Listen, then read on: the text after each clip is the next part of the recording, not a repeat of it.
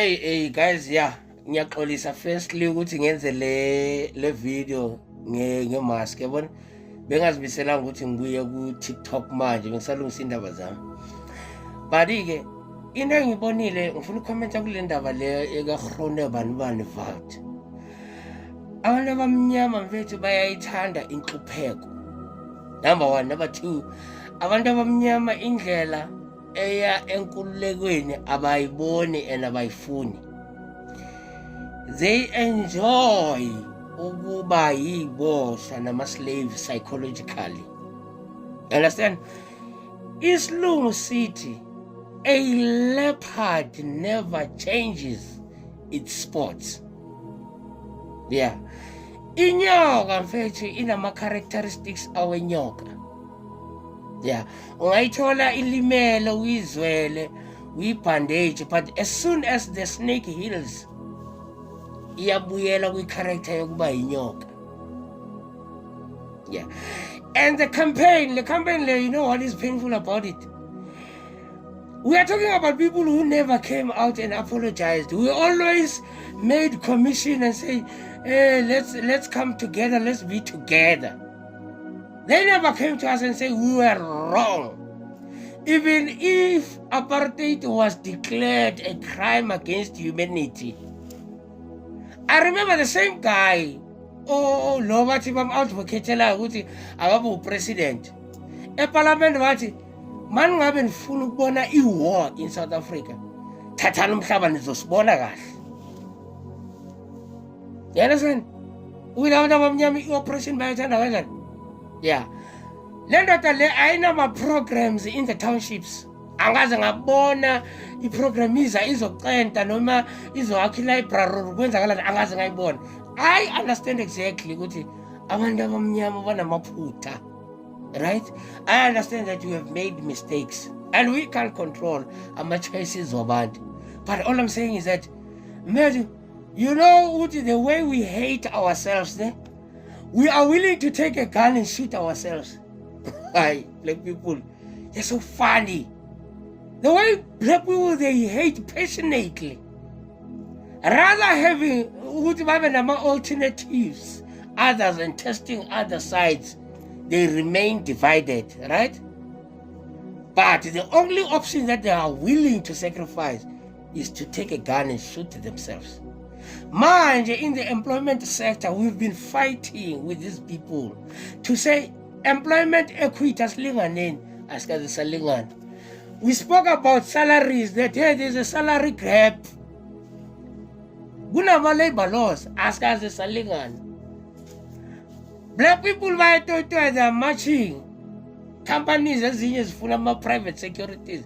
They shoot black people for demanding. Now I never feel American. You understand? But I think abantu abamnyama inhlupheko nokucindezelwa sekuhleli la. And the person that is supposed to liberate them, I'm not saying it's Julius Malema. An alternative to test. Who was voting the ANC for the past 30 years, choosing the same political party? That was not improving us. It's the same people. Loyalty. Mandela. Right? We are here now. Lalela le ndoda amkhuthi hey kungcono ilona. Akasho ukuthi bantu abamnyama there is an alternative. Let's test another alternative. They say no, let's go back to Egypt. It's gonna be fine. But I'm saying we le phato rinyoka lapho beyikhona esimeni sayo. Izokwenza double the mess lebeyikhona before mayithola chance, another opportunity. Abaqhubeka abantu abamnyama ngalento abenzayo. Abaqhubeka. Let them go and do their choice and advocate and do a campaign. But the mess that bheka manje amathuna, we've got abantu abanyamalala sazi ukuthi bakuphi namhlanje. Today we are still looking for our brothers, our uncles, our grandbani asikaka batholi. Bangcwatshwa lapho esingazikhona. Abanye badliswa ngeingwenye. But I was just saying, it's your choice. I'm not advocating for anyone. I know ukuthi nazi ukuthi ngirun content mhlambe sometimes ngikhuluma ngoMalembe. I'm not talking about Malembe, but I'm saying ayiphole inyoko ibuyisele esihlalweni sayo. It will do triple or 1,000 times what it was doing to you. Mangabe kwamanje salary yakho anikakathuthuko kwamanje ne? Nisalwa ne-private sector zokulungisa. Hello Mzansi, welcome to Mgosi Mzansi. If today is your first time visiting this channel, please do the right thing and click the subscribe button, and also don't forget to smash the like button.